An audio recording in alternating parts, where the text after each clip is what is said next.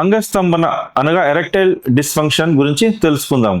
నేను మీ doctor Nishchal Prasad Reddy, consultant urologist and andrologist, AR kidney hospitals, Nellore.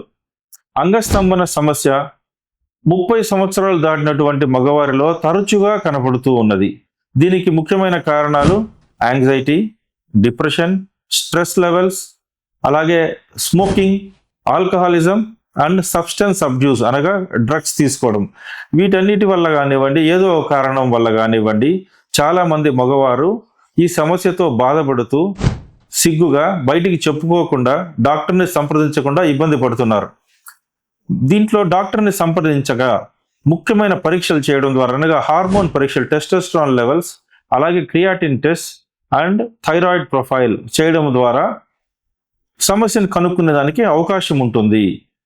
చాలామంది మగవారిలో ఏ విధమైనటువంటి ఇబ్బంది ఉండకుండా ఉండేదానికి కూడా అవకాశము ఉంది. స్మోకింగ్ అనగా క్రానిక్ స్మోకర్స్లో రక్త ప్రసరణ, అంగస్తంభనకి ముఖ్యమైన కారణం రక్త ప్రసరణ తగ్గిపోవడము.